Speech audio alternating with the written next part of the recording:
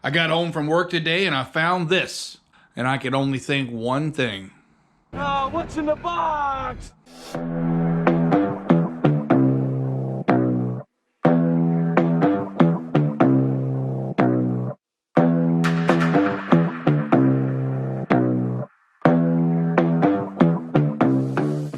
Welcome back to the garage, guys. Thanks for tuning in. We are still at it on the big block Miata. We've made a lot of progress this week. I'm going to kind of show you guys what we've done and what we're up against now and what's in that box in just a minute.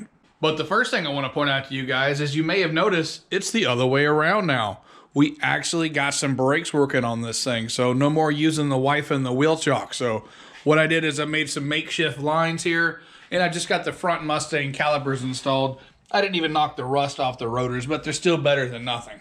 Another upside to this thing having brakes and having it turned around is we can get to work on the back end of this thing because we got a lot of business in the trunk. So in case some of you guys don't know, when I put the big block in the front of this car, I left no room whatsoever for the radiator. In fact, the water pump pulley was touching the upper tie bar. So what we did is we put the radiator in the back of the car. This area here had the radiator laying flat. I've got holes in the trunk to pull air through, and that was enough cooling system to actually keep this car cool, where other cars that were engineered by engineers were actually running hot. So that seems to work. But the problem I'm running into now is I don't have a fuel tank. So this car from the factory has a fuel tank that sits directly over the rear differential and directly under the convertible top, which is kind of a cool place to put it balance-wise, but it's a rough place when you got to make adjustments. And when I say adjustments, I mean a custom fuel cell. So when I put the Mustang solid axle in there, my mounting point for the upper control arms is actually where the tank used to be. So original tank was not an option. What I did recently is I took and carefully engineered this piece of cardboard and packing tape to the exact dimensions that I have available to me in the back of this car. Now, from the factory, there is a lot of sheet metal in this area here, so I've actually cut all that out of the way, and I've slid this in there kind of like a cassette, and it sort of works. So we were going to build a custom fuel cell to these dimensions. But then I priced out materials and realized that a 7-gallon fuel cell was about to cost me about $700 plus labor. So that's a bit outside of the Dickey's Garage budget. So what I did is I ordered this. So I mentioned to you guys in an earlier video that I had ordered a fuel cell for this car about 2 months ago, and the thing never showed up. So I did end up canceling that order, but then I found myself in a real predicament. I didn't have a fuel cell and time was running out. So what I did is I made a call to RJS Racing Equipment, and 2 days later, here we are opening a box. I'm just hoping it comes with stickers.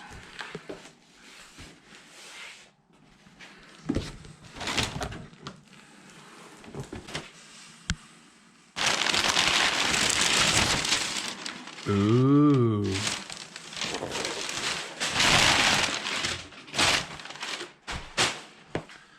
Wish and ye shall receive. Stickers. Takes a really nice sticker.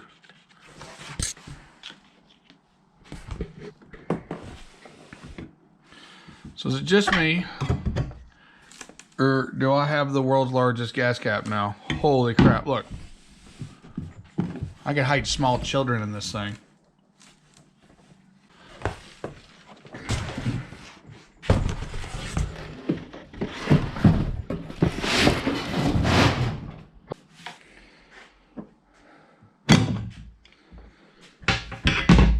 So this is RJS Racing's 300-401. That's the part number for this thing. It's a drag tank. It has no foam inside of it right now, but I can put foam in it if I need to. The tank itself is alcohol, nitro, gas, diesel safe. It's pretty compatible with about everything. We've got plenty of AN fittings here for whatever setup you've got, and it's pretty safe. It's a lot better than me building a tank. Now you'll see this thing is pretty thick. This is definitely not made to simulate that cassette. So I had to make a few changes on my layout of this car.